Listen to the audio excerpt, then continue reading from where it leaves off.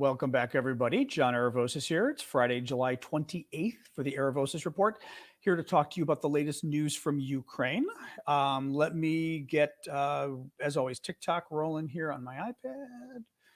And then introduce yourselves, say where you guys are from, if you would, and we'll wait a couple minutes for folks to arrive on TikTok and YouTube. There we go. All right. Woo-woo! Woo! Balmy weather continues in much of America. Actually, Europe, you guys are getting it too, aren't you? From what I recall. So not great anywhere. Yes, I did. I mean, I'm aware of the UFO hearing. I didn't read I've got to read the details of it though. I saw the news summary of it, but that was only a couple minutes. But I am interested in the topic. So, hello, San Francisco. Thank you, LWD, for the gift there. Getting commercials. Oh. Anyway, welcome everybody. I'm here in Washington, D.C. Add my 2 cents. Thank you, Jonathan, for the gift. Anyway, yeah, remember we wait about a minute or two for folks to arrive from TikTok and YouTube because it sort of sends out the message and then we kind of wait a minute just to do that. And then I will get rolling here. A lot of news today. So, well, anyway, some detailed stuff I want to talk about today. So thank you, Jessica and Mads. Oh, hey, Mads. So there's a good amount of stuff to talk about today. So la la la. Now there are some Republicans really into the alien stuff. I'm into it. I mean, personally, but thank you, Martin. But what's his name? Marco Rubio from Florida, senator, really into the alien stuff, the UFO stuff. Thank you, Big Hawk. So, you know, I mean, I'm into it. I'm happy to hear about it. I don't know that I trust the witnesses, you know. Thank you, LWD. Thank you, Ava. Look, Michael Flynn was the director of the intelligence. The director of the head of the DIA, Defense Intelligence Agency, and he's out of his gourd. I mean, so I sort of, I want to believe, but we're talking about aliens really quick, folks, while we're waiting for folks to join us on TikTok and YouTube. Thank you, Canalogger.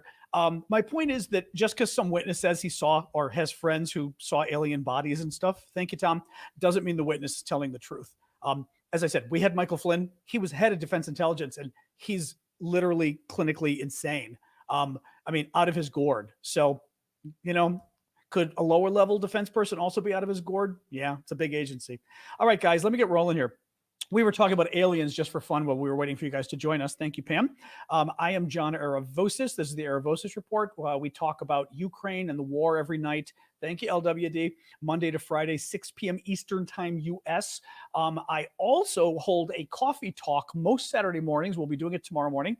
That'll be 11 a.m. Eastern Time, U.S. That's New York City time or Washington, D.C. time.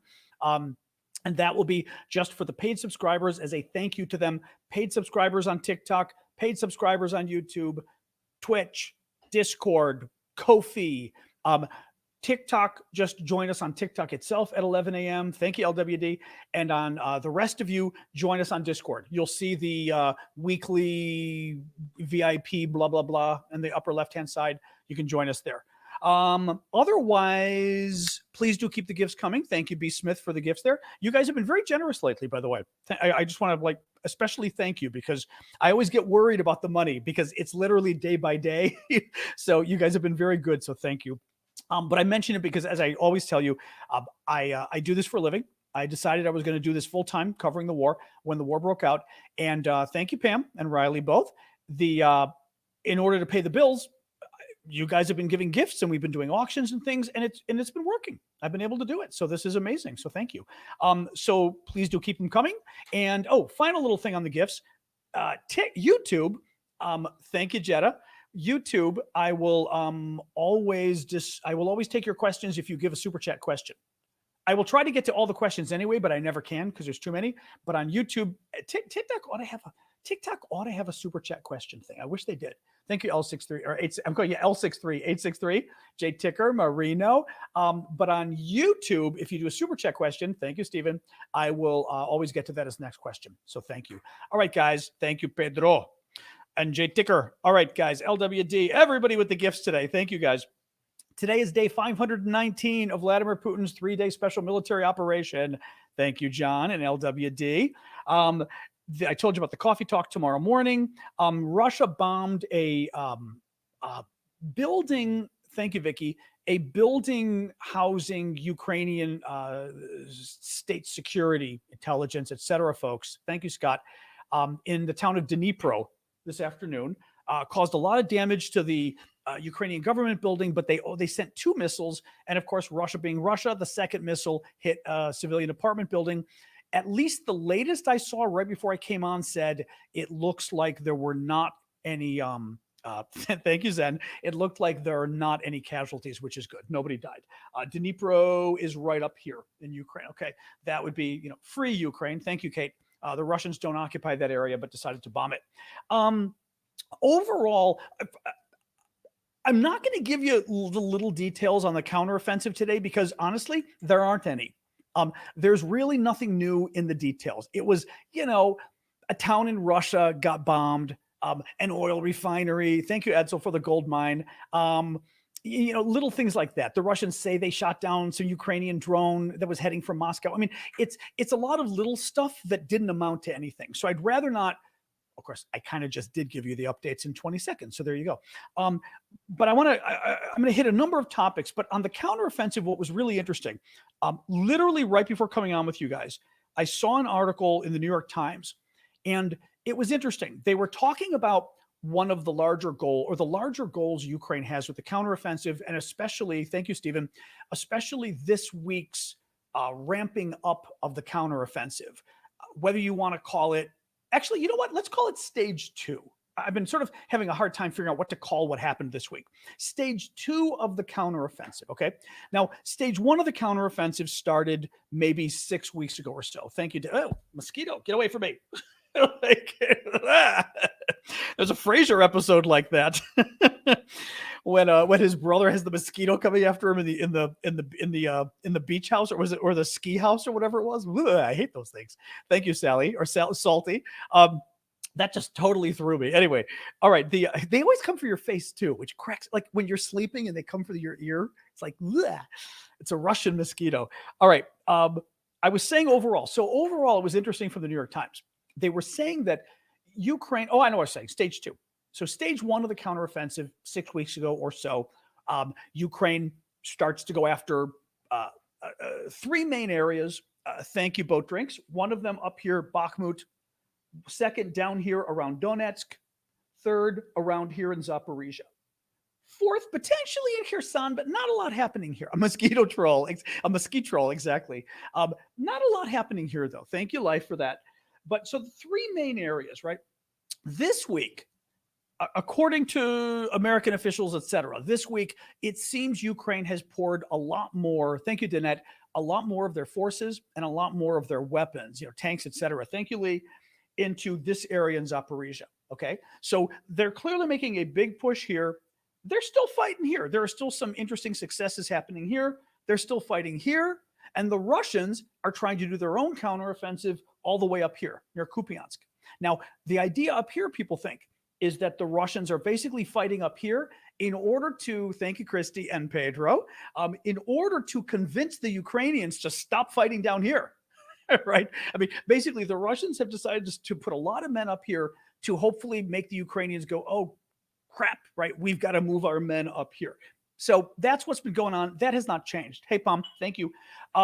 This week, stage 2 began, as I will call it, where the Ukrainians, as I said, put a lot more troops into the Zaporizhia region, okay, right here. Now, New York Times today had thank you, Marcy, had a really interesting sort of analysis of what was going on.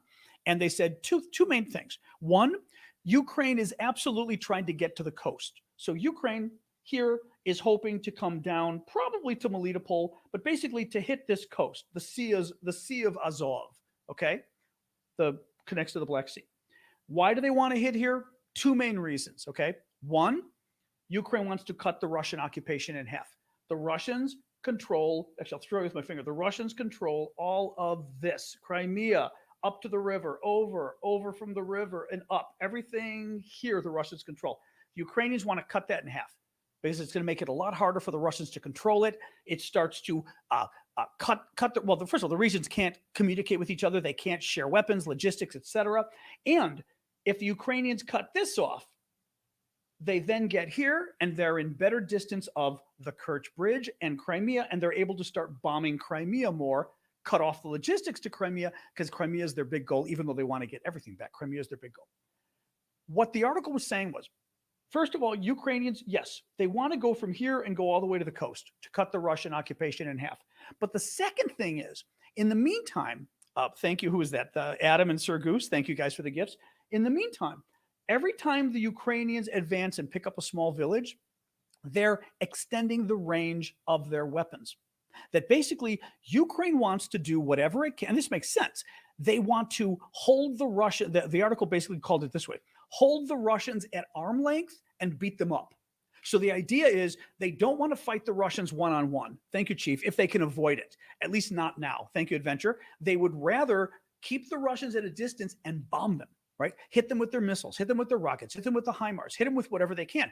And every time the Ukrainians move further south in another village, they've extended the range of their weapons, right? Their HIMARS, for example, maybe it can only go 50 miles because the Americans are being bad and not giving them the longer range weapons. Well, if it can go 50 miles, and let's say, actually from here to the coast is around 60 miles. Let's say, actually from here, I think to the coast, let's say you're here. If you move 10 miles up, now rather than hitting here, you can hit here, right? So when they're moving up village by village, it's not only slowly accomplishing their goal of freeing the land and cutting the Russian forces in half, thank you, Lee, it's also giving their weapons greater range, which then lets them hit further deeper Russian energy supplies, like fuel, Russian weapons for their troops, resupply, in other words, Russian troops themselves, the barracks, and Russian command and control. Basically meaning, thank you, Dora, basically meaning the Russian generals, the Russian commanders that might be at headquarters,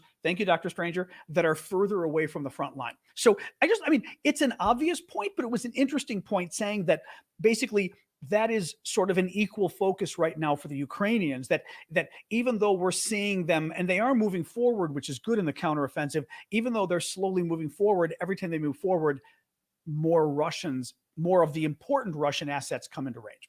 I just thought it was interesting. On grain, there's a lot to talk about on grain today. You know that Russia killed the grain deal a couple of weeks ago, well, a week or two ago.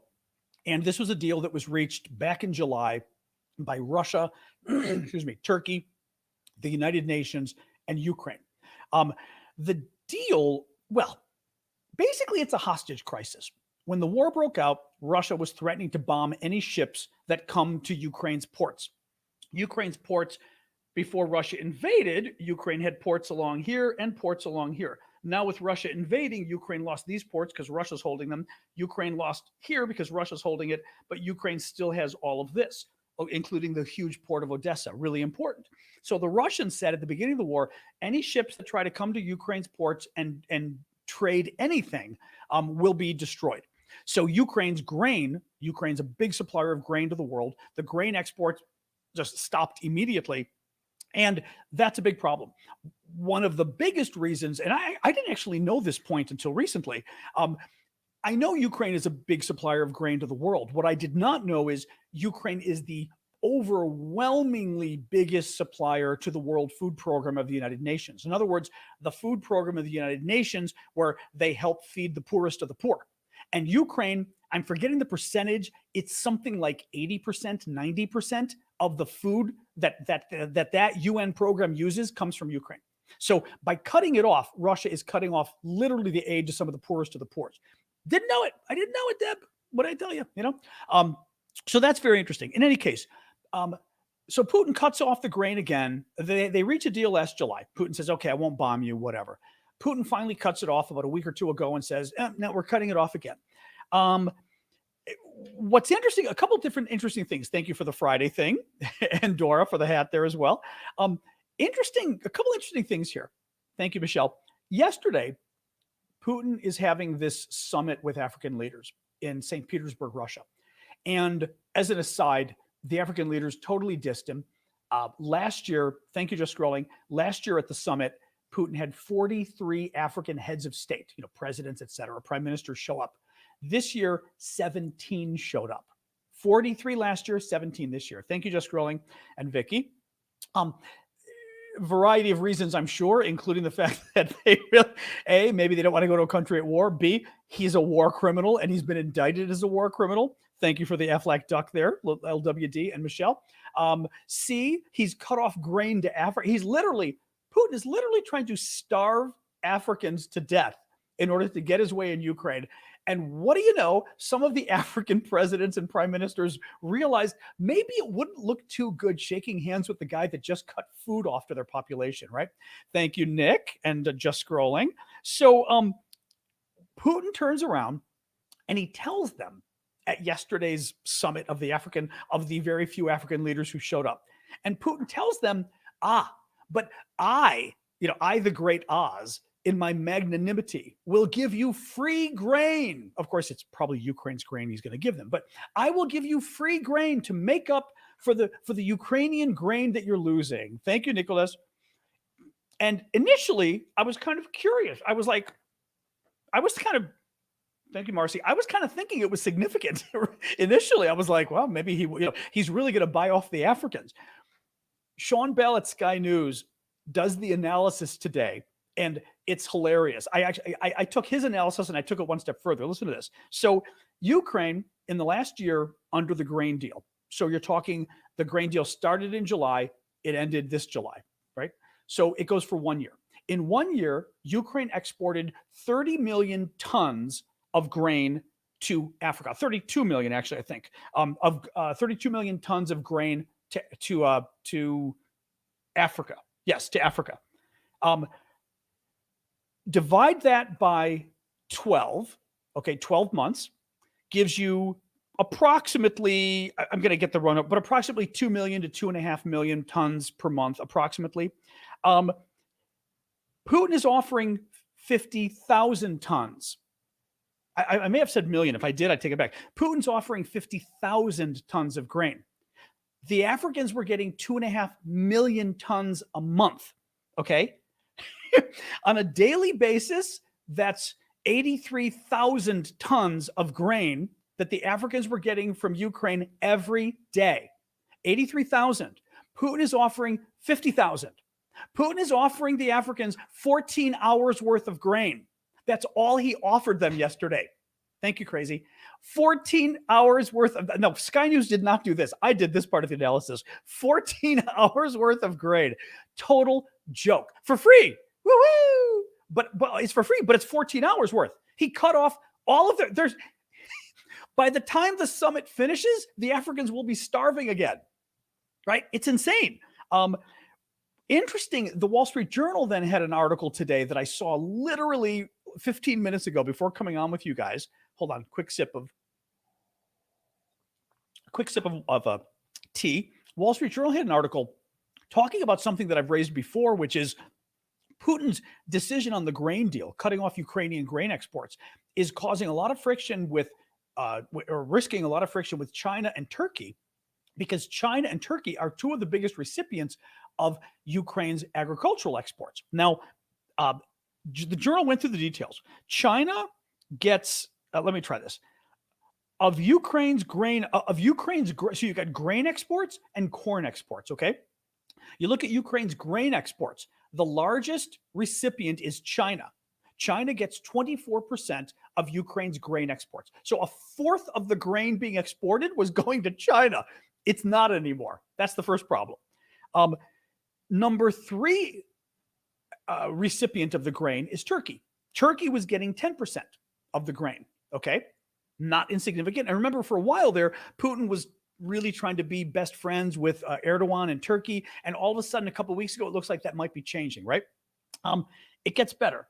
Let me go on here with the, oh yeah. So they said, while Russia is making up, is also, in addition to the free grain for Africa, Russia says it will offer the world additional grain. So like countries like China don't have to worry. They'll be able to buy grain from Russia instead. The problem is that doesn't work for corn. And it said corn is a huge import to China from Ukraine, and the Russians can't make up the corn. They can make up the grain. Listen to this as far as the corn. Oh, don't tell me I didn't put the corn data. Yes, I've got the corn data. Hold on. Ukraine accounts for more than a quarter of China's corn imports. So 1/4 of the corn that China imports every year comes from Ukraine. 1/4. All of that has now been cut off. China just lost 25% of its corn imports, and it's apparently a huge amount. A huge amount. So very interesting. What China, I think, publicly has said they'd like the grain deal to continue. I suggest privately, China is being much more vocal with the Russians. Once again, what we're seeing here is, I think we look at these situations and we think of it as being a crisis for us kind of thing. And we forget that I think Russia's bluffing. I mean, Russia will probably try to string this out, but I think to some degree, Russia may be bluffing here as well. We'll see. All right, move on from there. Okay, that's it for the grain. Actually, I've got a big section to talk to you about an interview Michael Steele did, I believe, with Sky News. Really interesting about Putin. And basically, Michael Steele is the British spy.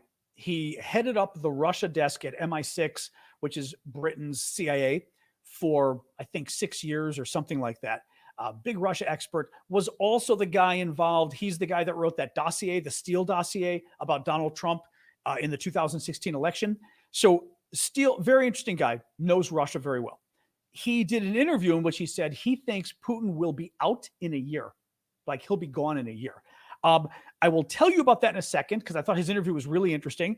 First, I want to make a quick pitch for my work. One of the ways, well, you guys know you can help with the gifts on TikTok and the super chat, super questions, etc. But another way I like to sort of just pitch every night is for folks to consider becoming a monthly member, where basically you give me a gift every month. You can set it up very simply actually, I'll tell you right now, really quick. The easiest way on YouTube is just to become a YouTube member. YouTube, let me turn it on. It's at the bottom of the comment box. You'll see a $sign over on YouTube. You click it. It opens up, says super chat, super question, membership. Click membership, shows you the options. You'll see the folks in green. The folks in green in the comments are our members. Brendy, I see. I don't know if we have too many. Oh, we do. Alan, Carrie, Brendy, Ani, or Annie. Ani, I'm calling you Ani. Annie. Number of folks, or Anne. So the folks in green are the folks that are doing the monthly. So there you go. If you can, I would appreciate it. It helps me out a lot. On YouTube, on TikTok, number of ways you guys can pay or support me monthly. One is simply becoming a TikTok subscriber. Information is somewhere on the screen there. You'll see the SNN, people with SNN next to their name, like Callum up there at the top, Gremlin up there at the bottom. Those are folks who are monthly supporters. Helps me a lot. Another way for TikTokers, and actually even more of the money comes to me. We don't want to tell TikTok that, but even more money goes to the creator if you use Ko-fi. Ko-fi is a site that works like Patreon. And basically, you go and you sign up and you give a monthly contribution and turn it off whenever you want. Now, Ko-fi is very easy. I mean, you'll figure it out. It's not the worst. It's not the best. It's not the worst. But on TikTok, go to my profile, click the Linktree link, and the very first link that comes up will be Ko-fi. Click it and go and figure it out. There are a couple other ways too. I mean, you can do it via Discord. Discord also has its own subscriptions. My Discord community, Twitch folks, anybody on Twitch, you guys can use your Amazon Prime membership and just attach it to my Aravosis Twitch account at Aravosis. But there's a number of ways to do it. If you guys can, I would appreciate it. All right, let's talk about Christopher Steele, because I thought this was absolutely fascinating. Steele says he thinks Putin will be out within a year. He then goes through a number of different scenarios and ideas as to why. He says the exact nature of any health complaint is unclear. So first he talks about Putin's health.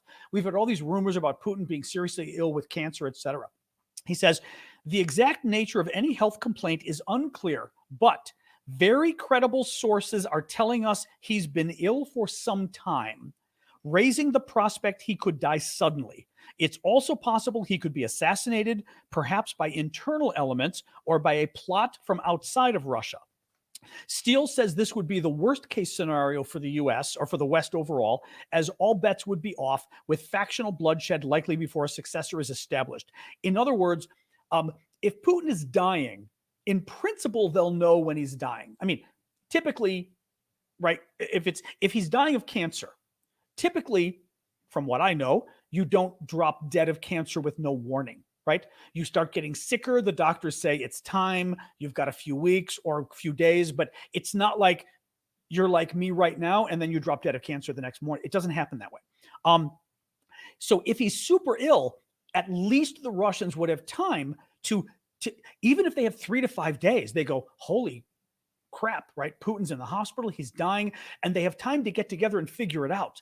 If someone kills Putin, then you've got turmoil. First of all, you've got who killed him and the different factions, and then there's a power vacuum. And will the military try to take over? Will the intelligence services, right? Will the oligarchs, right? That's what Steele's talking about, the chaos of a coup. Actually, the chaos of a coup, it's the chaos of him being assassinated. He says if he were assassinated or if he dies in office, the FSB director, FSB is the follow-on to the KGB, FSB director Alexander Bortnikov could be one of the front runners to take power. He believes this is the most likely scenario. Oh, interesting. So he believes it's the most likely scenario that he will die in office in the next year. With the following narrative playing out: a move is made violently, if necessary, to kill or topple Putin in favor of another securocrat, which I thought was a neat word. I've not seen the term before. I'm going to guess securocrat. I'm going to guess securocrat means security, meaning state security. Putin is former KGB.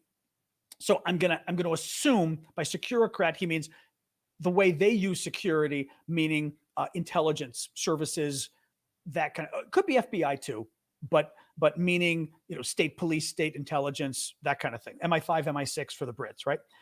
Or an oligarch, but the one who is, listen to this. He thinks the most likely scenario is Putin dying in office. One of these guys takes over, but it will be someone who has distanced themselves from the war and is prepared to negotiate on ending it genuinely with the West. Now, that's interesting because I had said all along that, if Putin were to die, and by the way, he lays this out as a scenario, potentially we get somebody who's the same as Putin in terms of the war. Potentially we get somebody who's much worse, who thinks, Prigozhin to a degree, who thinks Putin isn't trying hard enough, right? He's been too nice to the Ukrainians and he needs to just go crazy on them, right?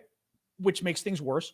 Or potentially he gets someone, with Putin dying, you have the opportunity, I don't know whether he thinks it might happen, you have the opportunity if Putin dies of blaming everything on him because he can't defend himself. Say, this war, sure, we could have won, but Putin screwed it up, right? Putin got all our boys killed. Putin spent all the money. He destroyed our weapons. He's got the sanctions on us now, right? It's a disaster, all because he screwed up the war, and now we have no choice but to end the war because Putin screwed the pooch, right? So that's a possibility. I mean, that's a possibility right there. But you also have the possibility of somebody coming in who's far worse than Putin and says, he screwed up the war. Now I'm going to show you how to fight a real war, right? So he mentions both of those possibilities. Let me see. I may have just summarized everything else he has here. This is interesting. After more than 20 years in power and with pressure mounting, the 70-year-old, meaning Putin, could decide it's time to go and step down at the next election scheduled for March 2024. Steele says the elections give him a potential off-ramp and that Putin could choose to back a successor such as Dmitry Patrushev, son of the Russian Security Council secretary, or Alexei Dyumin. He thinks a military coup or popular uprising are less likely. He also mentioned one other little point here. Steele says that Putin left Moscow during the coup attempt by Prigozhin a month ago. I did not know that. That's interesting because that's pretty bad. I mean, somebody's attacking your government and you basically ran with your, not only did you not do anything for 36 hours, Putin didn't respond for 36 hours to defend the country, but he ran like a, school kid with his tail between his legs, to mix my metaphors. NATO, quick little NATO news. NATO plans to set up a logistics and repair center for Ukrainian military equipment in Poland. roughly 100 kilometers or 60 miles from the Ukrainian border.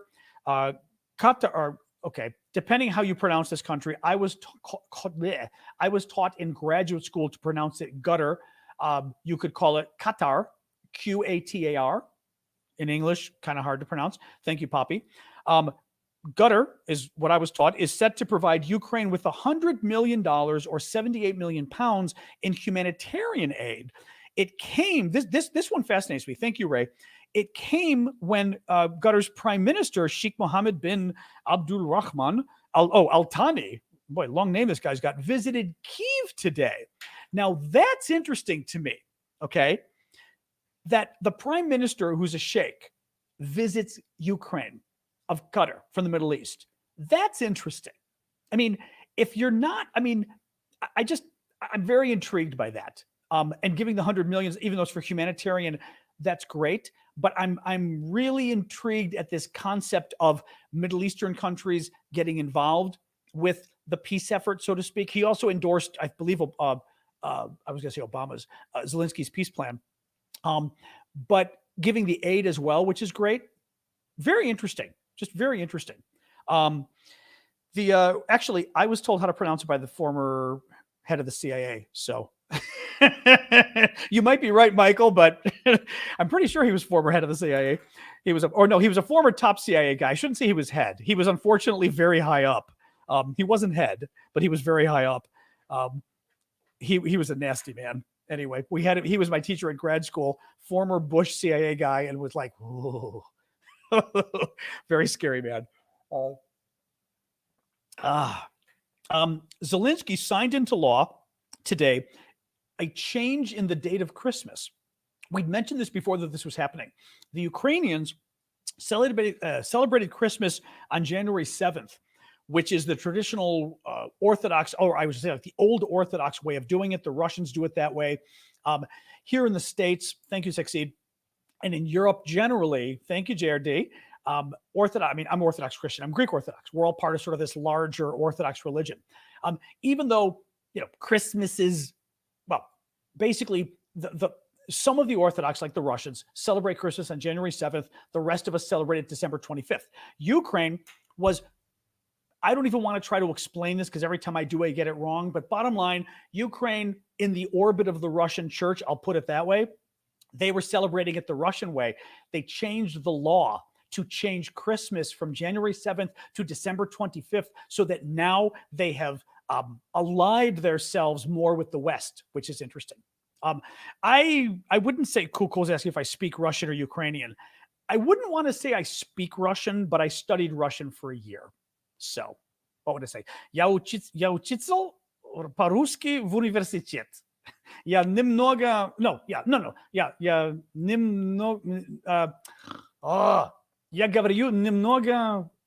is it немного по-русски? Not much, I think. Yeah, I think that's right. Yeah. So there you go. I can do some, but I can't do much in Russian. I can make it sound good, but I can't do much. In any case, very interesting that the Ukrainians have now changed Christmas. The reason I bring this up is interesting because this is another sign of how Russia has lost the cultural war with the Ukrainians. Okay.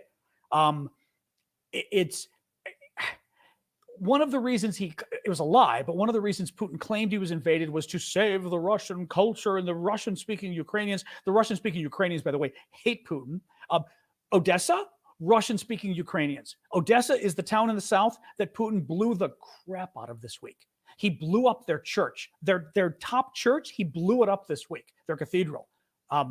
What's it called? The starts with a T. The cathedral. What do they call it, guys? But anyway, it's the big cathedral. They blew it up. Beautiful cathedral. And they're Russian speakers. They can't stand him. And now they've changed Christmas because they're so fed up with the Russians. I mean, he has turned a country that was, nominally okay with Russia into a country that hates Russia and hates their culture and wants nothing to do with him anymore. Really, Transfiguration. There you go. Thank you, Gunther. Transfiguration Church is what it's called. Really amazing. Really amazing. Oh, yeah. So finally, I wanted to give you a quick update on the Olympic Committee and the fencer. So remember, we talked about yesterday or the day before. Quick sip of water. that at the World Fencing Championships, the Ukrainian fencer, Olya Harlin, wins the match against a Russian.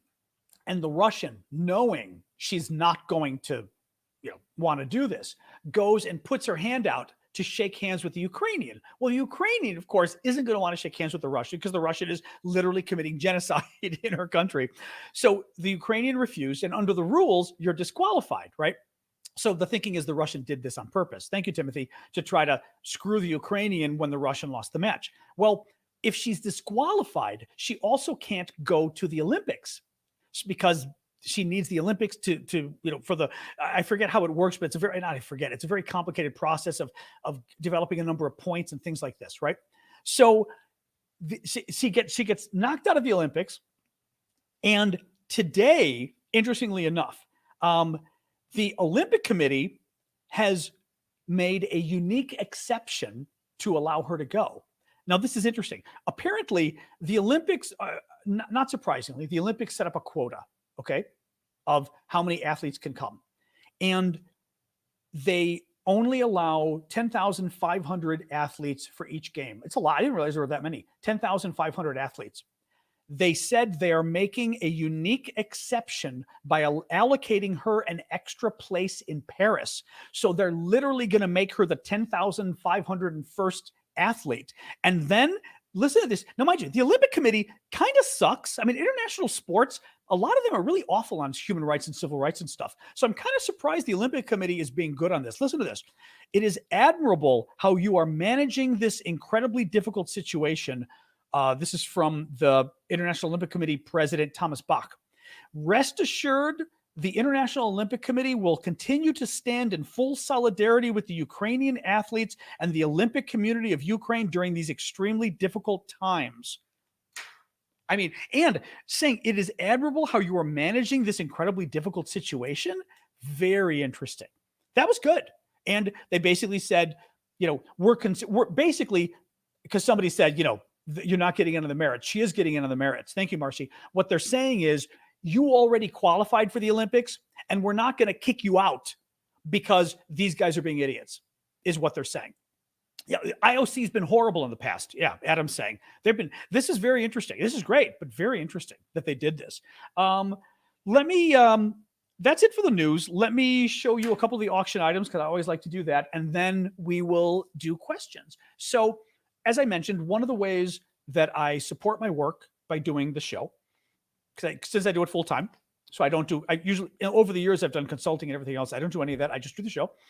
Is your guys' gifts. So please do keep the gifts coming. I appreciate them.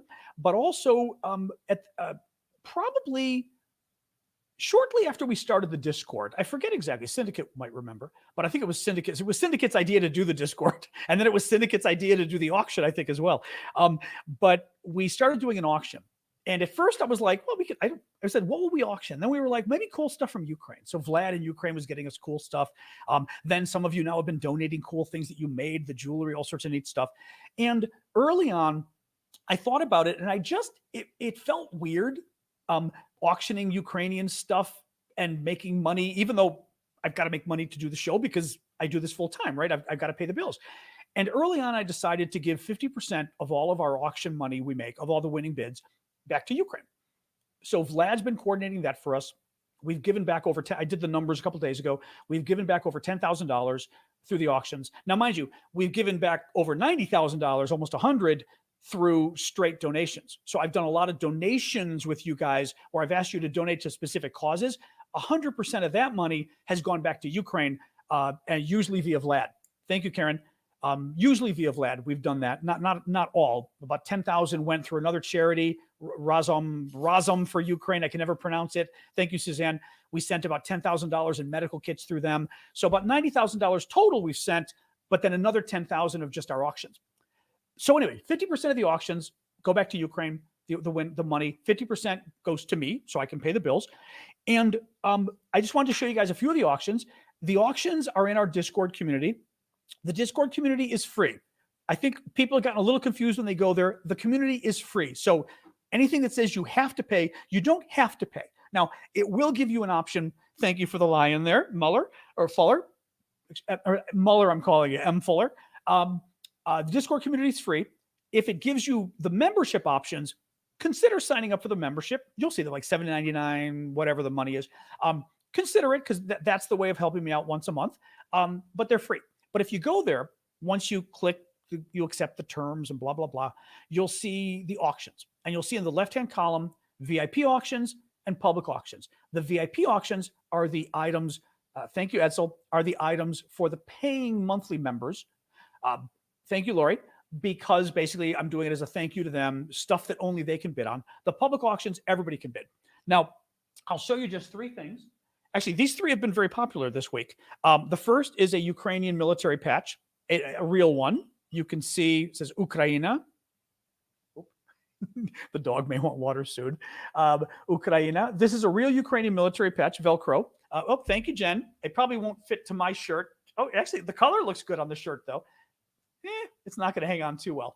But Vlad got these in Ukraine. That was Sasha. Yeah, that was Sasha's little thing hitting the bowl. But anyway, real Ukrainian military patch up for auction. Annie, not a... hang on, Annie. We'll do that in a second.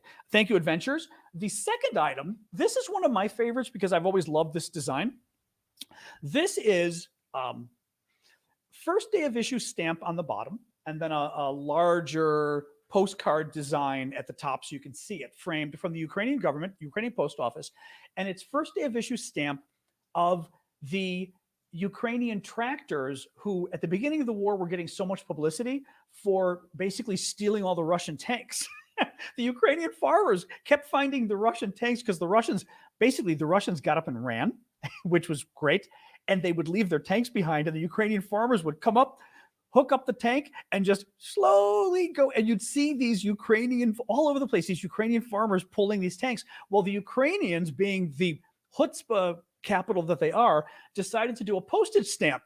And the postage stamp is at the bottom. It's stamped first day of issue in French and Ukrainian. I thought it was fascinating that it's in French. It's not English. It's French and Ukrainian. But you can see, and then you can see that's the stamp for it says Dobre Večera, what is it? Miz Ukraini. Good evening, we are from Ukraine. It says in the actual postmark, but that's also what it says at the top of the picture. Good evening, we are from Ukraine. Anyway, this is another one. I'm not showing the earrings. I showed the earrings last night. I wanted to show, some different stuff. And my personal favorite, we are auctioning off a 10-foot by 15-foot Ukrainian military camouflage net that they made especially for me to give you guys. It is 10 feet by 15 feet. It's like 3 meters by 5 meters. It is a summertime camouflage net. You guys can see the different colors. It's hilarious. One of the things that we've been funding with our auctions has been, thank you, Jen. One of the things we've been funding with our auctions have been these camouflage nets for the Ukrainian military. And these guys, a charity in Ukraine has set up a bunch of different centers around the country. And actually we beamed in from one of them on Sunday. On Sunday, we did a live. Thank you, Eddie. I did a live on TikTok and YouTube just for my paid subscribers from the camouflage center. And Vlad walked us around and introduced us to everybody, showed us how they do it. And we have been buying them the material to actually make the nets. Now, I'm sure they got other ways of getting the money too, but we've been buying some of the nets. We give them basically for the last several months, we've been giving them our auction monies every month. I mean, the 50%. Thank you, Brian. And anyway, a couple months ago, during one of the weekend lives with you guys that I do on Saturday morning, thank you, Eddie. I think somebody maybe mentioned it or we asked, and I said, you guys wouldn't be interested in the nets. And they were like, oh my God, we'd love those nets. So I asked Vlad to ask the people making the nets if they could make us some nets, same loom, same material. And he said, sure. Well, I asked him for a net that was like 1 meter by 1 meter. So like 1 yard by 1 yard, 3 feet by 3 feet. And he sent me these things. Like, they're all very big. This one's insane. This one literally, like I said, it's 10 feet by 15 feet. It's actually, I'll show you the picture because I had my friend Damien over. It's absolutely hilarious. But like I said, I love this. I have nothing I can do with it, so I'm happy to auction it off. I mean, I could always ask them to make more, but it just made me laugh. And I just think it's so cool. Anyway, hang on. Oh yeah. So here you go. This is now, The width is actually more, but it looks less because you've got it's not stretched out enough. This is my friend Damien holding it, and there's little Sasha. My dog is 10 pounds, but that's Damien. Now it's much wider than that, but you can't see the width. Here, now you guys can see. You can't really appreciate the width because it stretches, but you get a sense of what it is. And then Damien suggested that he get underneath. You guys have met Damien before, some of you, that he get underneath the net to show how it hides people. And Sasha it was really cute. Sasha got really upset. So Damien's underneath. Sasha walked up, not happy. Sorry, my little dog comes up. You can tell she's concerned. And then the next was fabulous. She then jumped up on her back legs and she's standing because she knows how to stand on 2 feet. She's standing on 2 feet because she's really worried about Damien. Is this fab? Look at I think this was absolutely hilarious. So there's Sasha standing on 2 feet, looking at Damien's head, trying to figure out what's going on. Anyway, it made me laugh. But that's the final thing we're auctioning. I mean, I've got 9 different things up. But what am I going to do? I mean, keep it as a blanket. The thing is, I am keeping other souvenirs, which I'll show you guys more of them someday. I do have really cool souvenirs from the war, but a camouflage net. What am I going to do? And people are into it, so why not? Person to the left of Sasha is my friend Damien, one of my best friends. All right, guys. Anyway, let me start with the questions and all of that. So Annie was asking, any update on the dam? No. Repairing it?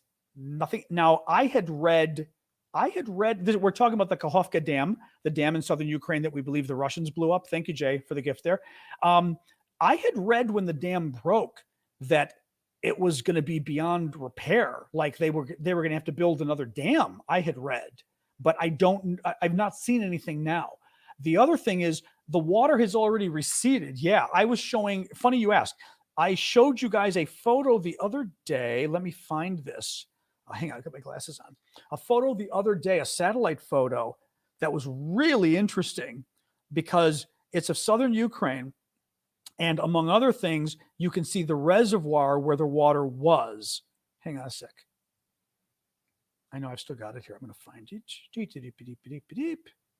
Come on. It was just in the last 3 days. I know I can find this. The thing is, when I go through the news, I actually go and I grab bits of news by doing a screen capture.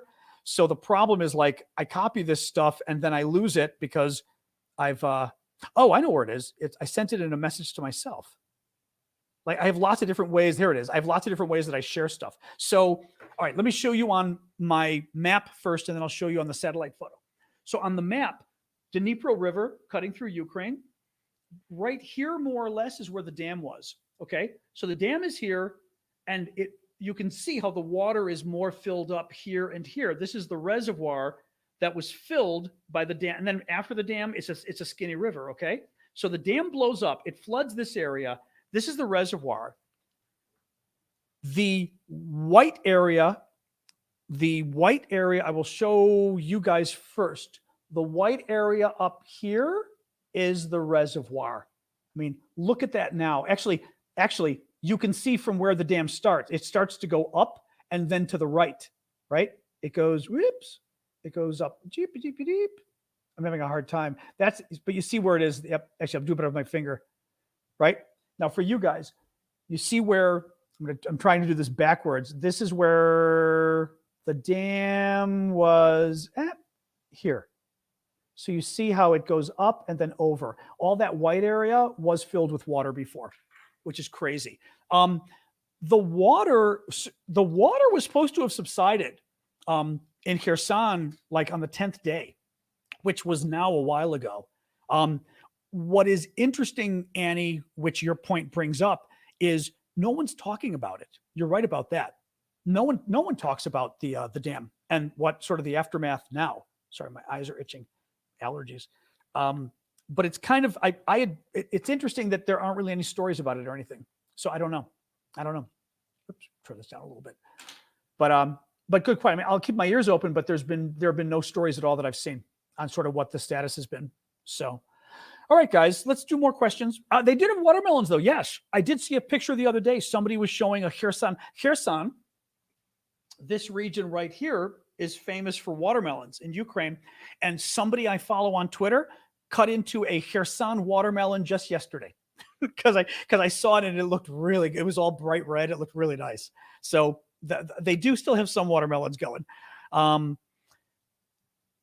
Nicholas asks, what do you think will happen for this war to end? Will Putin need to step down, or Russia loses all of its military equipment? I mean, Putin stepping down will help, or die. I mean, like Steele said, Putin dying or stepping down would help. I mean, I mean, Russia did leave Afghanistan, but it took them 10 years to leave. Having said that, in Afghanistan, Russia lost meaning dead, 14,500 men. It's like 14,453 or something like that. Russian soldiers killed in Afghanistan in 10 years. And that was considered a disaster. In Ukraine, the Russians have probably lost easily 60 to 70,000 dead in, now it's been 17 months or whatever. But 17 months is not, it's a year and a half almost. That's not, it's less than a year and a half, really. Right? I mean, 60 to 70,000 dead in a year and a half versus 14,000 dead in 10 years, and 14,000 dead in 10 years was horrible. So it is possible that this becomes so big that they've got to cut it off. I think a lot of it is going to depend on the counteroffensive and stuff, in that whether the Russians perceive this as a stalemate or Ukraine moving ahead. Because if they perceive it as a stalemate, meaning Ukraine can't get any more land back, basically the Russians can't get any more land, but Russia can hold on to all of this that it currently has invaded. If Putin thinks it's a stalemate and he can stay there, he's going to just wait it out. He's going to wait out for Trump to get elected, or the Americans to get tired of financing it, or the Europeans, or whatever. Thank you, Susanna. If the counteroffensive starts to have some success, if they are able to actually, for example, they're able to actually come down here and cut the Russian occupation in half, then it gets interesting. I am saying 60 to 70,000, 60 to 70,000 Russian dead, 60,000, 70,000 deaths. Yeah. But it's, the problem is it's all over the place. I mean, are we going to give the Russians, are we going to give the Ukrainians the weapons they need? Right? If they get their tanks well, they're going to start getting tanks from us next month, 6 to 8 tanks. I mean, okay. I mean, no, that's great, but 6 to 8, okay. I'm not going to throw a party over 6 tanks, They need the long-range rockets. We refuse to give them. Okay, well, that's too bad. The fighter jets, we delayed forever, and they're not going to get the damn fighter jets now. They're saying until next April, a year from, almost a year from now. Well, not a year from now, but still 8 months from now. So that's terrible. 9 months. It's going to depend on what we give them and how they do. But the problem is a diplomatic solution doesn't exist because Ukraine has been violated, right? I mean, if someone is trying to kill you, there is no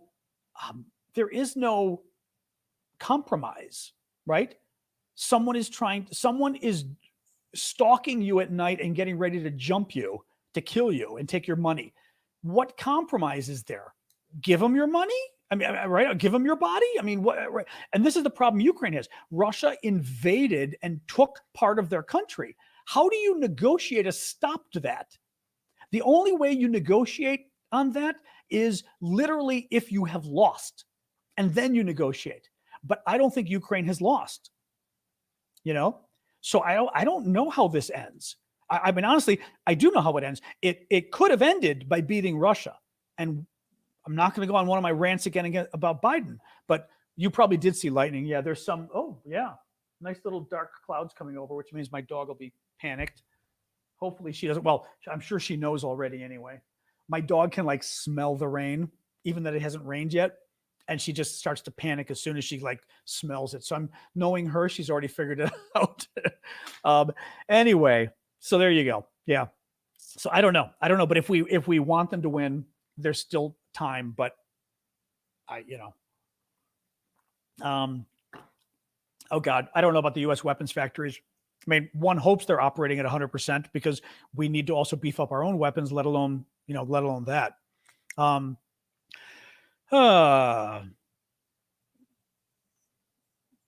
That's interesting. Tired guy is saying, as Churchill said, you cannot reason with a tiger when your head is in its mouth. I mean, that's the problem is I think, honestly, I think Biden, but I think Europe as well. It is getting, although my dog hates weather like this. I love weather like this. So like a nice, I don't even know if you can tell, actually on TikTok, you probably can. You guys may not be able to tell as much of, it's a beautiful dark cloud, like a good thunderstorm, which I love and she hates. But yeah, understandably, Ukraine doesn't want to give up some of its, doesn't want to give up some of its land. Anyway, I love when the Russians or the crazies try to knock CNN. CNN is one of the best news organizations in the world. CNN, please. You should wish. I am Greek. Yes, Greek American. Annie, why doesn't China, Africa come and pick up grain? Doubt Putin would attack China. That would be funny. Actually, okay. The only thing is, I don't know whether, I don't know how easy that is though, right? To just get a boat and get the grain. Like, can you just hire a boat to do it like that easily? I don't know. China should have a fleet anyway. So China's got a fleet. Ooh, Ash, it's just John Aravosa's DC. There is no dot for my YouTube. It's one long word. Yeah. Just because they type in a dot. And just so you know. But that would be interesting. Yeah. That's okay. Having China send its own boats to pick it up. The only thing is it's a bit of a FU to Russia, them doing that. But yeah. And the Africans are kind of in the same boat though. The Africans, most of them have not taken a side because they're trying to stay. Hey, Darcia. They're trying to stay in Russia's good graces. So by sending their own boat, they're basically saying to Putin, I dare you to blow up our ships. And the Africans don't want to do that because they're trying to be, namby-pamby friends of Russia. So that would work, but it would be done. It's a bit of an affront to Russia to do it. So China and Africa, who are sucking up to Russia, might not want to do it, is my point. Now, NATO ought to do it because like Putin's going to blow up a NATO ship. And by the way, we did it with, I was reading about it. I mentioned this the other day. It was Kuwait. We did it with Kuwaiti oil tankers when the Chinese were either threatening to blow them up or were blowing them up. And we reflagged them as American ships and escorted them with our Navy and said, China, we dare you to attack. Not China, excuse me. Iran, we dare you to attack. We could do the exact same thing here, but we don't. And Russia takes notice as far as I'm concerned. Alan says, do you think Republicans would cut support for Ukraine and help Russia win? In other words, would they accept losing a fight with Russia? It depends. Donald Trump, yes. Rick, what's his face? Ron DeSantis, yes, except DeSantis literally just wants to be president. I don't think he believes in anything. He's flip-flopped on Ukraine so many times that sure, if he thinks the MAGA crowd wants him to, he'll pitch Ukraine. Mike Pence will not cut support for Ukraine. What's his face? Governor of New Jersey, Chris Christie, former governor, would not cut Ukraine. I suspect. Nikki Haley, Pompeo are good on Ukraine. So, but the problem is the top guy is Trump by way more than anybody else. And Trump is a wild card. Trump has said he would cut Ukraine, but he's also a wild card because Trump doesn't care. Trump doesn't care about U.S. national security or Ukraine. So he's not. The only advantage is, you could bribe Trump to get him to support Ukraine. You know what I mean? There are ways of making it work, I guess. But it would be bad. And they would gladly accept losing a fight to Russia because they think Russia's our friend. The Trump and the MAGA crowd, a lot of them think Russia's our friend. So they don't like that we're fighting with Russia. Why are we fighting with Russia? They're good people. They're good Christians. Right? So, they've already shown us who they are. Right? The very fact that Trump and Fox News have made attacking Ukraine, now Fox lost $1 billion and they're about to lose another $1 billion, they're less willing to. So I think they're probably being a little more careful with Ukraine, with the lies in general. But Fox News for the last year and a half has been lying about Ukraine gladly because Trump wanted it and the MAGA crowd wanted it. So we already know that they were willing to accept a Russian victory. They were rooting for a Russian victory. Tucker Carlson on Fox News was saying, no, I'm not saying conservatives, Grover. I'm talking about the MAGA crowd.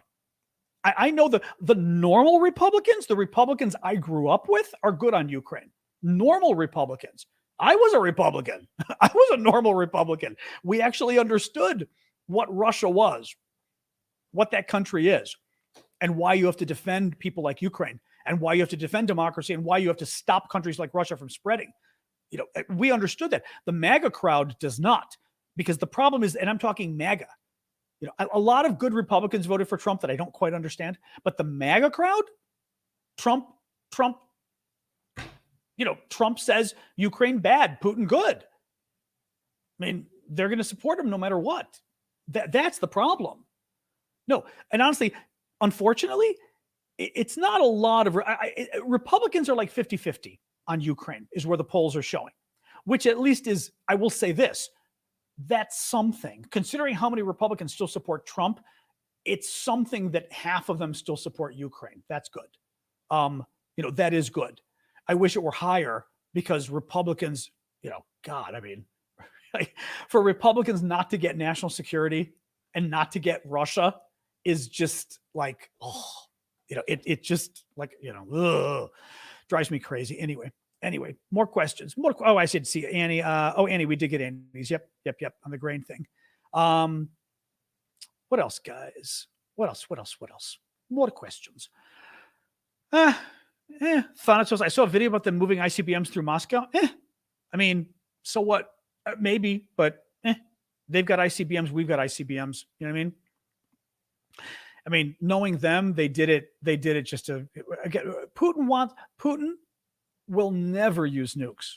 Putin wants you to think he will always use nukes because he's trying to scare us. So I wouldn't be surprised if they moved their nukes just to try to scare people and give Fox News and more, video to scare people. You know what I mean? But I couldn't care less. I really don't. I mean, Putin's not going to use his nukes because again, we've got our nukes. He uses his nukes. We use ours. We died, but they died too. So Putin does not want to die. Russia does not want to cease to exist. They're not going to use their nukes. Your SNN is there, Flower Lady. For some reason, people don't always see it on their own. Like I see it on yours. It's right there. Yep. What else we got, guys?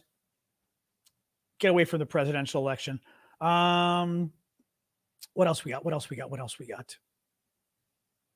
That election question sort of got us all. Everyone's talking about the election now. Enough of the election. Poland is talking about doubling the size of its military because of the Russian threat, which is really interesting. Off to bed. Okay. Good night, Sophie. What else, guys? Deep. Kelly's asking what was hit in Taganrog today. So Taganrog is a Russian town. This is one of the news stories I wasn't going to tell you about, just because it wasn't like we don't really know what happened. Taganrog, Russia. Wait a minute, I'm already forgetting. Actually, yeah, it's around here. It's not down here. It's up here. It's around here, right before Rostov. It was hit today. It's I believe maybe logistics. There's some military base or something around there too. There was the Russians claim, so who the hell knows, that a Ukrainian missile flew over and got blown up and the remains of the missile fell down and destroyed things in town.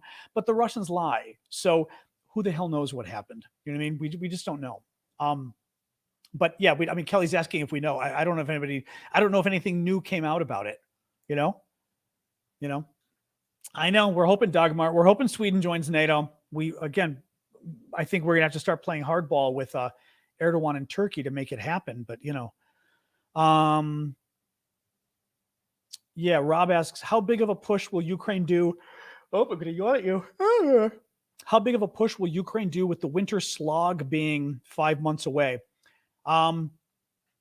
I don't know if they'll do all or nothing. I mean, the problem is over the winter things slow down a lot, with the battles. And winter means once again, okay, see you, Marion. Oh, that's right. You're in Lyon. I forgot about that. Thanks for joining us, Marion. The winter, they're expecting the Russians to yet again try to blow the hell. Ooh, nice sky. It really is getting to kind of, you can't see too, like the darkest stuff is right. Actually, I want to take a peek. I want to scare my dog. Ooh, it is nice. I like a good rainstorm, but like I said, she kind of freaks out. I may have to give her a little doggy pill. Anyway, yeah, so the war slows down in the winter, and the Ukrainians are expecting the Russians to once again knock out all the power to basically try to freeze the Ukrainians to death. Lovely people that they are. I don't think it's all or nothing, but I think the Ukrainians understand. Look, it's only going to get worse. The longer the Russians have, the more time they get to put more mines and more defenses and more everything, right? So the Ukrainians, I mean, well, again, just drives me crazy. Had we given the Ukrainians more of the long-range equipment, even the counteroffensive might not matter as much. They would spend more time just blowing up all the Russian supplies in the distance, but well, we know Ukraine could make a better push with air superiority. I mean, again, I'm not the expert on this, but the Ukrainians say that basically, actually all the experts say, Ukraine is being asked to do something that none of our countries has ever done. We're basically having to win a war with limited air support or with limited air superiority, with limited air control, basically, because we didn't give them the weapons they needed. We wouldn't remember, we wouldn't even give them MiGs. Remember the beginning of the war? Poland wanted to send like 200 MiG fighter jets or whatever, which are the ones the Ukrainians already have. And the US and Germany both went, "Ugh!" And the deal died because both the US and the Germany were scared to do it. I mean, it's ridiculous, and even those planes are kind of old compared to what the Russian has, but we wouldn't even send them those. It was ridiculous, Yeah, I mean, Coppius is saying, I feel really good seeing this week more or less 20 to 30 Russian guns, rocket, artillery destroyed per day. That will help a lot. I had read that too, that around 20 artillery, I mentioned that the other day, 20 artillery pieces were being destroyed a day of the Russians. Russians need to send reserves, meaning no reserves in later. Okay, I'm not sure what you mean by that part. But yes, this comes back to what I was saying earlier about how what Ukraine's goal in part right now is to still destroy as much of Russia's resources as possible, not to necessarily have, us and the Russians against each other, Ukraine and Russia against each other, tank battle, whatever, you know what I mean? Rock'em sock'em robots. But to have firing from a distance and blowing up their fuel, blowing up their weapons storage, blowing up their barracks of the military, blowing up the military headquarters, like from a distance, blowing up everything they need to make war rather than boom, boom, boom, straight. By the way, Rock'em sock'em robots, they're doing the movie now because of Barbie. They listed the movies they were going to do because of Barbie. One of them is Rock'em Sock'em Robots. Another is Major Matt Mason, which I'm very excited about both of those. Just wanted to throw that out there. That's why it's on my mind. Used to have one of those. Thank you, Henri, for that. What else we got? True. I mean, Tim says, I wouldn't put it past Ukraine to launch a winter campaign considering how poorly the Russians were equipped last winter. If they could, I mean, last winter, the Russians were literally freezing to death. There was video. God, there were video. I mean, again, videos I would never share with you guys. There's video of Ukrainian drones dropping grenades into like trenches or what do you call like foxholes, right? Dugouts, basically, like a dugout area of land that the Russians are in. Grenade dropping next to the Russian, the grenade going off, and the Russian soldier barely moving because basically they had frostbite and they were dying anyway. I mean, like insane that the Russians were just freezing to death because they got such bad supplies, but they've got so many men and they're willing to just kill their men. If you're willing to just let your men die, there's a lot you can do, well, maybe. All right. Do you think the recent cluster munitions will help to clear mines for one major push before winter? Callum, who is our regional expert, or not regional, but our local expert on this, Callum was saying, I don't know if he's here today, was saying no for mines. They're not helpful. They're not really good for mines. They are good for going after for trenches. Yes. So for the Russian trench network, very good. For mines, I think part of it he was saying maybe they're not heavy enough to make them go off. The explosion isn't enough to make them go off. But he said no. That's in his view that would not be a good use of them. So no, unfortunately. Now they do have some mine clearing stuff we've given them, but the question was maybe there's not enough. I have no idea what's going on with Niger. I mean, I know, or Niger. I know what's going on, but I don't know what's going on. Yeah, there was a coup, and we're kind of looks like the coup might be pro-Russian, but we don't know whether the Russians had a role or anything. You know, you know. Tadia, sorry, but I don't know who you are, so I can't let you join the live. Because for all I know, you could be a Russian. You know what I mean? Or a crazy person. So I don't mean to be rude, but I don't know who you are. So yeah, see, Callum just jumped in. What was Shane saying? Something similar? Thank you for the gift there, Randy. Oop, I don't see what Shane was saying. I see Callum agreeing with Shane. Latest on the Crimea bridge. Well, latest was that the Ukrainians blew up one span going one way. The other way was still working, but they're only using cars and not trucks. I should say car and truck traffic. Car traffic, not truck traffic. So they've got like 2 lanes with 1 lane each. The other span that broke or got knocked off, there was some talk of it not being ready till September. Then there was some talk of maybe November. And the railway's still working. Now, I was reading an interesting analysis today of what it would take to blow out the bridge and why this is an issue. So very interesting, which also might explain. Well, listen to that. It was very interesting. So the idea is the bridge is kind of cheap and easy to put up. Still looking at my cloud. I love clouds. Love rainy weather. The bridge was kind of easy to put up. Okay. And the Russians did it in 3 years, a 12-mile bridge. And this is by the point. They said a 12-mile bridge, so 16 kilometers or something, in 3 years. So if they could do 12 miles in 3 years, they could put up one span, like one chunk that falls down in a much shorter period, which I thought was very interesting of an analysis. When you attack it, the actual pillars that go into the water are harder to build and replace, but they're much harder to destroy. And basically, to knock out the support pillars, right? Because it's a bridge, right? And then the support. To knock out the support pillars, you need an explosive on the support pillar for starters. So it can't be something nearby. It has to be on it, and better to be underwater than above water, because you need the underneath the water pressure forcing whatever the explosion onto it. So the analysis was that this would be very difficult to do, and that basically the best Ukraine could do was knock off some of the spans, but every time they knock off a span, the Russians can rebuild it. Thank you, Lisa. Now, I would say this: if it takes the Russians 3 months, 2 to 3, maybe 2 to 3 months to do it, that's enough.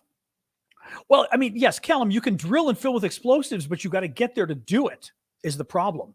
You know what I mean? Because they were saying that they were talking about blowing it up and saying you'd have to be right there, but they said you need a man in the water on the bridge to actually do it. Now, I don't know how hard or easy that is, you know, but they were saying that you want to blow up the supports and not just. Although honestly, like I said, if they blow up,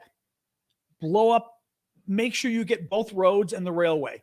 And if it takes 2 months to repair, as soon as it's repaired, blow it up again, you know, but just keep the bridge down. Not impossible, but hard. That's the thing. I mean, and you know, the Ukrainians would need the ability to do it. So you'd have to have Ukrainians. So we're not using Navy SEALs or the British version, right?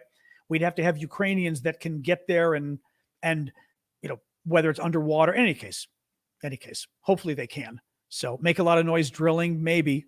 Yeah. You know, well, you do it during a storm or something. I don't know.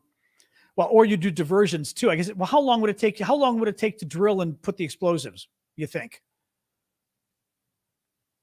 Because you do some diversions, you know, you get other things exploding nearby, right? people, if the bridge were completely destroyed, magical 10 minutes. Okay, see, if it's 10 minutes, then you could do a diversion.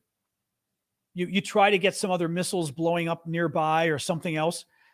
So if the bridge were knocked out here, the Russians would have to go around here. Actually, Mariupol, they would have to go around here. So because Russia is over here, this is water, but this is Russia. Okay, this is all Russia. So from, like, if you're coming from here, instead of going across the bridge, you'd have to go up and around to here to get in here, and up and around. Now, this is Ukrainian held territory, and we talked about a lot of the fighting going on around here. Ukraine, hopefully in the next few days, makes this to Tokmak, which would be kind of cool if they do. And that starts to get them closer and closer to Melitopol. If Ukraine gets down here, now you've not just cut down the Russian occupation in half, you've also cut this road. So now if you cut the Kerch Bridge, these guys, where the Russians occupy these two, are totally cut off if you blow up the Kerch Bridge and the Ukrainians occupy this. So it starts to get very interesting, which is why I think everyone thinks the Ukrainians are really going to try to make a point to to try to get that land and cut the occupation in half. So anyway, but yeah, if it's 10 minutes, you have other explosions going on, and who's going to hear it anyway? I mean, even if you're drilling, right, you drill the middle of the bridge. It's not like somebody is out walking along on the middle of the bridge to hear you drilling, So we'll let them know, Ukrainians. Callum says it can be done. So you need to listen to Callum. And yeah, this isn't even bad weather. I mean, it's rainy weather, but it's not bad weather. All right, guys, I think I'm going to call it quits. I feel like we're dragging a little. I don't want to go too long here. Are there many Ukrainians still living in Crimea? From what I had read, you had the population of Crimea, again, this territory in the south, 2 million Ukrainians. Russia invades, I will do the recap, yeah. Russia invades, okay, in 2014.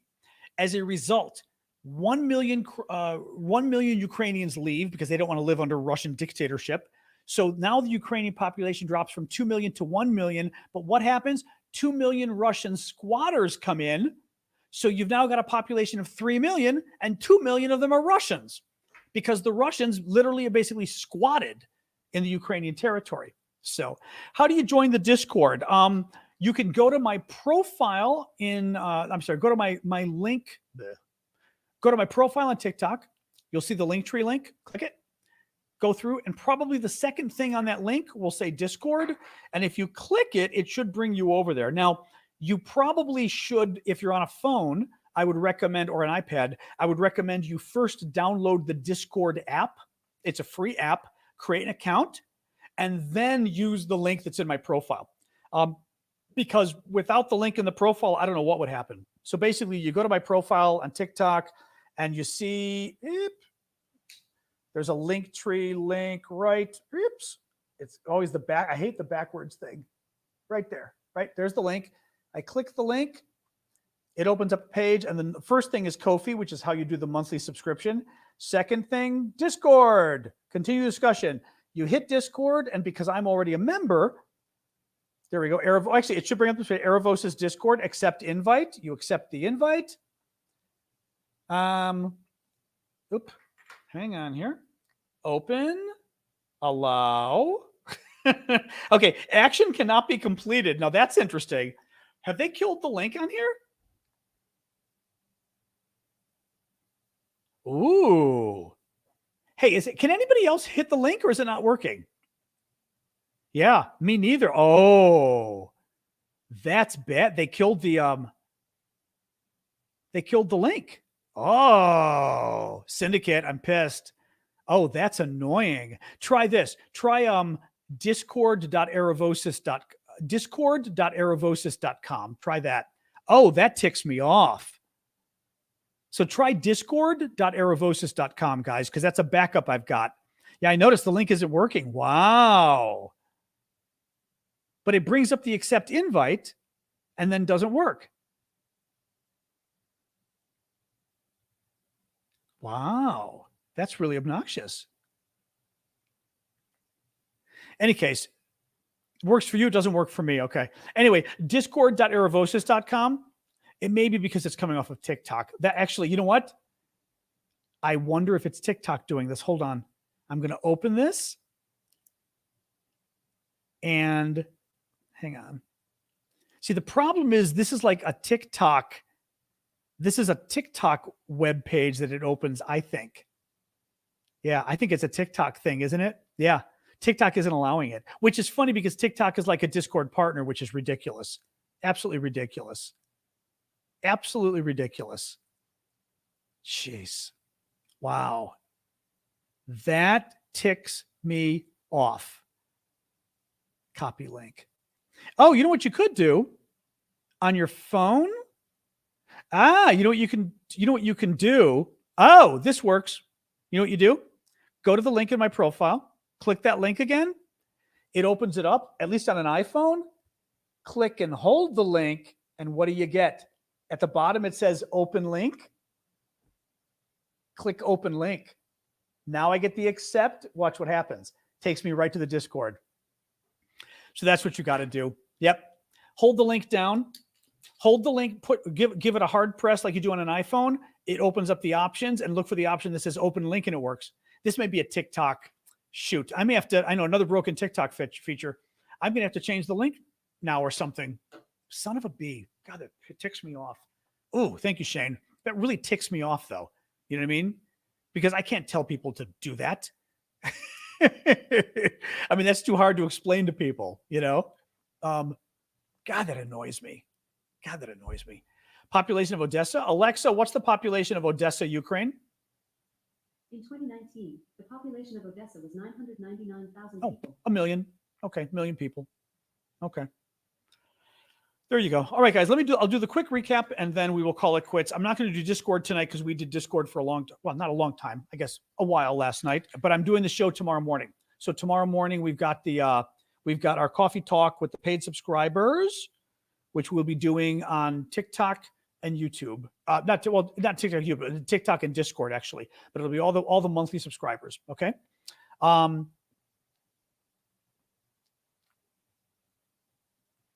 Okay. Well, you're going to go. And there we go. Okay.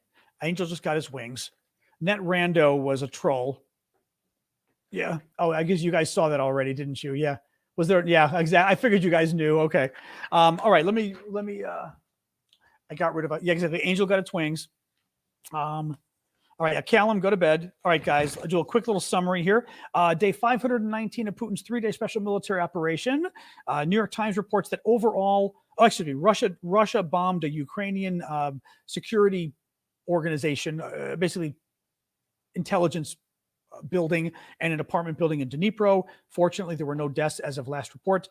New York Times is reporting, water, that overall Ukraine, with the big push on the counteroffensive now, is to move all the way to the coast to cut the Russian occupation in half, but also to keep getting more and more cities taken over so that Ukraine is able to extend the range of its weapons as it moves south. Oops.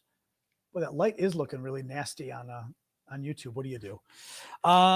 Grain deal. Putin offered the African leaders free grain, enough grain to last them 14 hours, which I thought was very funny. Wall Street Journal mentioned that China and Turkey are particularly suffering from Putin blockading the grain, which should cause interesting issues with the relationship there. Then I quoted at length an interview Christopher Steele, a former British spy, gave with Sky News about Putin. He thinks Putin will be out within a year, whether he is dead, whether he is overthrown, or whether he decides to step down at the next election in a year. NATO is planning to set up a logistics and repair center for the Ukrainian military equipment near the Ukrainian border within Poland. Qatar is set to provide Ukraine with $100 million in humanitarian aid. Zelensky signed a law changing Christmas to December 25th from January 7th. That's culturally important because it is a break with Russia. And I mean, changing Christmas in a Christian country is a big deal. And then an update on the fencing story. The Ukrainian fencer who was banned from the international competition because she would not shake hands with her Russian opponent was initially disqualified, when that would have also disqualified her from the Olympics. But the Olympics turned around and said they're welcoming her anyway, and they're giving her a basically an exceptional invite, so she now can go to the Olympics next year anyway, which was very cool. So that is it for tonight. Join me tomorrow if you are a paid subscriber on TikTok, or the paid subscribers, like I said, all of you YouTube paid subscribers, Discord, Twitch, Ko-fi. All of you guys can join us thank you, Maverick. A last minute gift and a nice one. Thank you. All of you guys can join, the monthly subscribers can all join us tomorrow at 11 a.m. Eastern Time, US. That's New York City time, Washington, D.C. time. And I will show you briefly where it is on on Discord. But as I said, you guys can find my Discord at erevosis.com. Actually, that is actually, you know what? Thank you for the good evening, Pam Pam. If for the TikTok folks that don't want to deal with TikTok's crazy links, just go to erevosis.com, which is my last name. The .com should open up a page, which is the same page. It's my list of links. And the number 2 thing is Discord. So it'll work doing it that way. So just forget the TikTok thing. They're being difficult. Do it that way. But anyways, tomorrow we go to Discord. We scroll down to VIP area. So see, you got donations and then VIP area. Show you guys donations and VIP area. Ask John, Q, John's thoughts. And then you see weekly VIP coffee. You want the weekly VIP coffee. And you will join me in the weekly VIP coffee talk tomorrow morning. I will look at my DMs, Tara. Okay. Look at my weekly coffee talk and we join us there. Hello from Kiev. Hello, Denny. Hey, good to see you again. Or Denise, I should say. Denny. I'm calling you Denny. That's an Americanized version. Hey, Denny. How you doing? Good to see you. I always recognize you when you come on. Good to see you. We're actually just finishing up the show now, which you should be asleep unless your air raid sirens are going off. I would hope not, but possibly. Amo, what? Are you in Ivano-Frankivsk? Oh, that's not so far from Vlad. I mean, it's not close, but my friend Vlad is in Uzhgorod, however you guys pronounce it. So not so far. Thank you, user 336. I'm starting to recognize your name, 336, which is funny. Okay, good, Chris. Look forward to seeing you tomorrow morning. Roma's in Warsaw. So who else is it? Before we sign off, who else is in the area? Who else is in the zone? I know we've got copies in the Czech Republic. Who else is sort of in that area? I'm willing to accept the Baltics, Scandinavia. I'll stay. Tulakivi, you're in Estonia. I didn't realize that. Oh, you've got family there. Oh, okay. Yeah, that's pretty close to where Vlad is. Okium's in Poland. I'm surprised you guys are up. God, I always feel bad because the show's a little late for the Europeans. Paulina's in Poland. Martusha's in Poland. Finland, Latvia, Norway. Lviv, that's Ukraine. Cool. Sweden. Radu's in Romania. Close enough. Slovakia. Yeah, that's right there too, because Vlad's right across from Slovakia. Yeah. Ireland. Okay, Ireland's not as close, but still acceptable. Lithuania. That's nice and close. It's scary close, but yeah. No, I'm always surprised as to how many of the Europeans, sort of Finland, hang on this late. Well, I was gonna say exactly. It's 1:30 in Poland. I guess on a Friday night that's not the worst, but it is getting late. I know a Polish meetup. Trust me, if I make it out there, well, I will make it after the war, as we said. The question is whether a United Nations audience. Yeah, the question is whether I go to Ukraine, now versus after the war. I'd like to, but we'll see. And which way I go. Because Poland would be probably farther. It's probably quicker to fly in. Where Vlad is in the Southwest, it's quicker to go.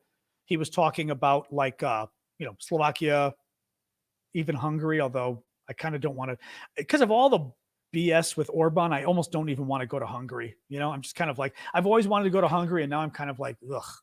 It's like, yeah, Anyway, what do you do? I wasn't allowed to serve in the military, James. So I can now, but I'm a little old now. So what do you do? Yeah, New York City. Well, I lived in New York. I like New York. It doesn't count as far as being close to Ukraine, but it's still nice. Oh yeah, I would absolutely do shows from out there. Absolutely. I know Polish food. I don't know Polish food very well, actually. It's funny because I'm from Chicago. Aiden, Scotland's always good. Um, I'm from Chicago, so obviously we have lots of Poles in Chicago, but I don't really know Polish food. I guess pierogies, right? I've had pierogies, I think. I think. I think I've had them filled with potato. Does that make sense? I think they were very good, as I recall. Um, but otherwise, I don't know Polish food at all, which is funny. Like I said, Chicago, you'd think, you know. Ash, is that right? Or are pierogies Ukrainian? I thought they were Polish. Or are they? I'm assuming they're regional, probably, right? The Ukrainian pierogies are, or they're both. Okay, because I always thought of them cabbage rolls. You know, we do cabbage for the Greeks too. I'm agnostic on cabbage. They're regional. That's what I figured. They're regional. Yeah. Yeah, we do meat wrapped in cabbage and then in an egg lemon sauce for the Greeks, which it's okay. The cabbage gets on my nerves after a while, but it's okay. It's a little slimy, but you know. Um, but borscht, yeah. I've had borscht in Russia, in the Soviet Union, but I haven't had it anywhere else. Oh, you're in Greece. Oh, nice. Dolma. Well, I like the Greek dolma, which again have meat and then have an egg lemon sauce, which is very nice. Tomato sauce for cabbage rolls. That could be interesting. See, I think a pierogi is more Polish. That's what I was going to say. At least that's what we were always taught. But then again, at least well in Chicago, we had a lot of Ukrainians too, or do. I say did because I was there. I'm not there anymore. Pedro. Oh, Pedro, you're in Finland? Funny. Anyway. All right, guys. I know the Aravosis food. We're getting into food again with the Food Network. All right, let me go. It's already been an hour and a half. I will see you guys hopefully tomorrow morning. Otherwise, feel free to go to the Discord anyway. I mean, I pop in all the time, so I will always respond to folks. Yeah, it definitely wants to rain though. Yeah, I will always respond to folks on the Discord. So if you got more questions, just want to chat, go over there. Like I said, discord.aravosis.com. Your wife is Turkish. Yeah, Turkish food's very good too. Never been to Turkey. Turkey's supposed to be lovely. So, dobra nić. That's not good night though, is it? I'm guessing it is good night, probably. Because the niche, I'm guessing. Right? But what is it in Russian for good night? It's not dobry wieczór. Is it? I always forget. I think it's dobry wieczór, but that's not good night though. That's good evening, right? Yeah. Dobry nić. And what is it? Is that old? What is it in Russian again for good night though? I don't remember. I mean, das vidanya, of course, but what's it in Russian? Just because like I said, I know Russian more than Ukrainian, but it helps me keep it straight. I'm not going to sign off until somebody tells me good night in Russian. I could ask Alexa. Alexa, how do you say good night in Russian? Good night in Russian is spokojnej nocy. Oh, spokojnoy. Spokojnoy. That's funny. Oh, that's weird. So you wouldn't say dobry noci, or would you say dobry noci? Which I see a skull guy is saying there, or skull gal, whichever you are. Spokojnoy. Funny. Spokojnoy noci. Interesting. Huh. I've not heard the word spokojnoy. Interesting. Okay. And im sweet, or nangalapo nawa? Is that I'm gonna guess? Is that how you say it in your language? I'm guessing, or you're saying something totally different, or I'm swearing in Swahili or something without realizing it. Well, I can read it because I speak Russian, so to speak. I studied Russian for a year, so I know the Ukrainian alphabet. Spokojnoy. Oh, peaceful. Oh, that's cute. Peaceful. That's nice. Huh. I did not know. Kalinichta, exactly. Kalinichta is in Greece. So, which is literally good night. Literally. But yep. Kalinichta. Yep. Estonian. Where did you put down the Estonian? I don't remember. How do you write? We'll write it in Estonian. Oh, tere tulemast? Oh God. Yeah, all of your guys' languages are something else. You know? Oh God. Head ud? Oh God. That almost looks like Swedish or something, but totally like bleh. Yeah. Yeah. Huvayota. See, I don't even know how to even begin. Yeah, Kalovravi is good evening, though, right?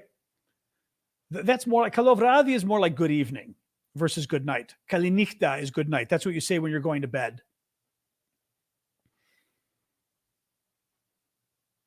Sorry, we're doing all the languages here now. I'm getting warm again. My apartment just goes back and forth from cold to warm, cold to warm. Let's go for a little bit cooler again here. It says 73. God, it doesn't feel like 73. I think because it's just so warm and sticky out. I know. Nope, it's Friday. It's Friday. Labanachtis. Nachtis. That's interesting though, because Nacht, yeah, for night, German. I mean, I don't speak German, but basic words. Exactly. Languages by John. Labanachtis. That's cute. Which isn't pronounced the way it's spelt. The Lithuanian or the Estonian? I wouldn't even know how the hell to pronounce the Estonian anyway. DC to Warsaw, 588. That is a good price. That's a very good price. I wonder when that is, though. Oh, Estonian. Okay. Tespa Alahir. Or, ugh. My English is quite good, though. I mean, obviously, but my English is because I'm a writer as well. So I've always had a special proficiency, meaning, I'm obviously fluent, but I mean, I'm a very good writer. And we were discussing this on Twitter today. I also can detect accents, foreign accents in written English much better than many people. So when somebody is a troll, for example, I'm pretty good at detecting the accent in their writing, things that are just a little bit off. Anyway, nicht is Nacht. I was going to say Dutch. Yeah. Yep. Well, night. Oh, right. Nacht. Well, and Nacht is German too, isn't it? I'm pretty sure. Nacht. Yeah. Yeah. Well, Kristallnacht. I mean, that's how I know. Not or Gute Nacht, right? All right, guys. I'm going to go since we're going to do our languages forever here. Oh yeah, accent's fascinating me too. All right, guys. Let me go. And I will see the subscribers tomorrow morning. Otherwise, feel free to go to the Discord. Like I said, we can, I'm always in the comments there like multiple times a day and night. So otherwise Monday at 6 p.m. Eastern again. All right. One more minute. All right, guys, I'm going to go. All right. All right. See you guys. See you guys. Thank you, mods. Thank you for the gifts, everybody, as always. All right.